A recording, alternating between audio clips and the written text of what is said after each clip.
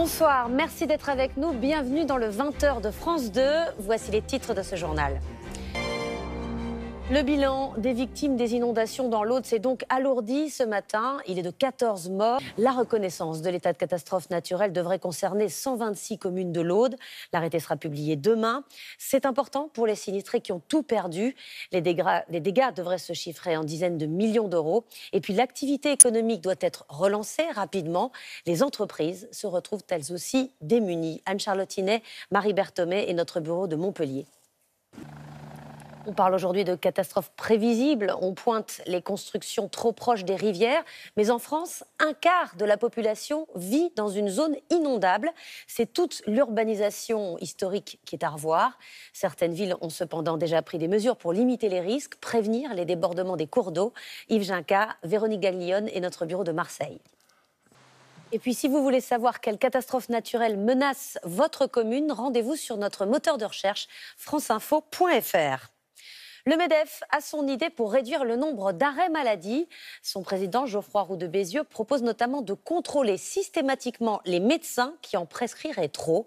Les arrêts de travail pour maladie ont augmenté de 4% par an depuis 2014. Le gouvernement veut alléger la facture. Il avait même envisagé l'été dernier de mettre les entreprises à contribution. Julien Bigard, Frédéric Bonne. Bonsoir Alexandra Ben Saïd. Bonsoir. Est-ce que les Français abusent plus que d'autres des arrêts maladie ? Suzanne nous dit qu'il représente environ 15% des arrêts maladie. Ça pèse, mais ça veut aussi dire que plus de 8 arrêts maladie sur 10 sont justifiés. Alors quel est le problème ? Ou sur les patients, ou sur les patrons, c'est ce qu'on a déjà fait. Eh bien, ça va faire des économies, ça va marcher. Mais il ne faut pas, c'est de comprimer plutôt les arrêts maladie qui représentent 44% de la facture. Ce sont les arrêts maladie de longue durée. Et ils sont beaucoup liés au recul de l'âge de la retraite à 62 ans. Seniors dans l'entreprise. Merci Alexandra. Une enquête pour menaces et violences sur policiers et magistrats a été ouverte au lendemain des perquisitions tumultueuses chez Jean-Luc Mélenchon et dans les locaux de la France Insoumise. Le député et ses collègues insoumis s'étaient vigoureusement opposés à ce qu'il a qualifié d'opération de police politique. A-t-il, comme il l'affirme, été victime d'un abus de pouvoir ? L'œil du 20h est signé Yannick Sanchez, Julien Néni et Laurent Desbois. À 6 mois de la sortie de la Grande-Bretagne de l'Union, c'est un sommet crucial qui réunit à Bruxelles Theresa May et les 27 dirigeants européens. Ils doivent s'accorder sur les conditions du Brexit pour éviter un no deal pénalisant pour tous. Les discussions ont avancé sur tous les sujets, mais butent sur une question, la question irlandaise. Explication d'Arnaud Comte et Anto Filippi. C'est un paysage. Et on retrouve Valérie Lerouge à Bruxelles. Bonsoir Valérie. Y a-t-il une chance pour que les 28 trouvent un accord ce soir ? Merci Valérie.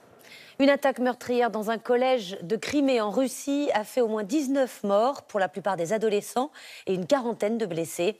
L'auteur de l'attentat, un élève de l'établissement, a fait exploser une bombe dans la cafétéria. Il aurait aussi ouvert le feu sur les élèves avant de retourner l'arme contre lui. Dominique Derda et Patrice Acheret. Le journaliste saoudien Jamal Khashoggi est-il mort dans des conditions cruelles et sordides ? Un journal turc fait le récit d'une séance de torture et d'une exécution au sein même du consulat d'Arabie Saoudite à Istanbul. Après avoir fouillé les lieux, les policiers turcs ont perquisitionné aujourd'hui la résidence personnelle du consul saoudien à la recherche de preuves. Le récit de Maryse Burgot. Et on retrouve en direct des États-Unis Agnès Varamian. Bonsoir Agnès. Donald Trump a rappelé aujourd'hui que l'Arabie Saoudite était un partenaire indispensable des États-Unis dans la lutte contre le terrorisme. Est-ce que l'opinion publique est aussi indulgente ? On le devine. Merci Agnès. Les Afghans voteront aux élections législatives samedi dans un contexte de violence et d'attentats quasi quotidiens.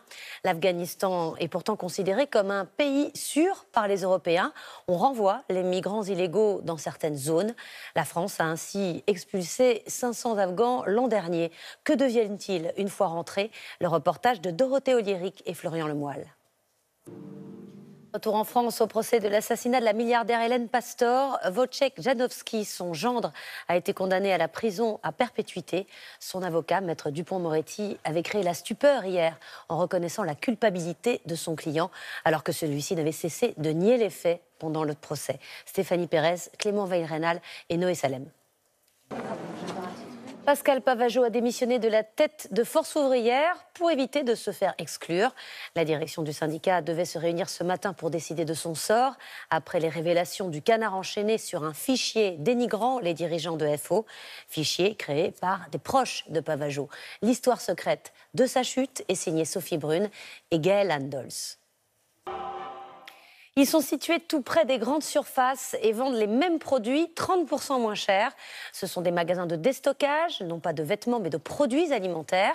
Comment font-ils? Ils récupèrent tous les produits que n'ont pas voulu les autres, car la date de péremption était trop proche ou encore parce qu'il y avait une légère anomalie.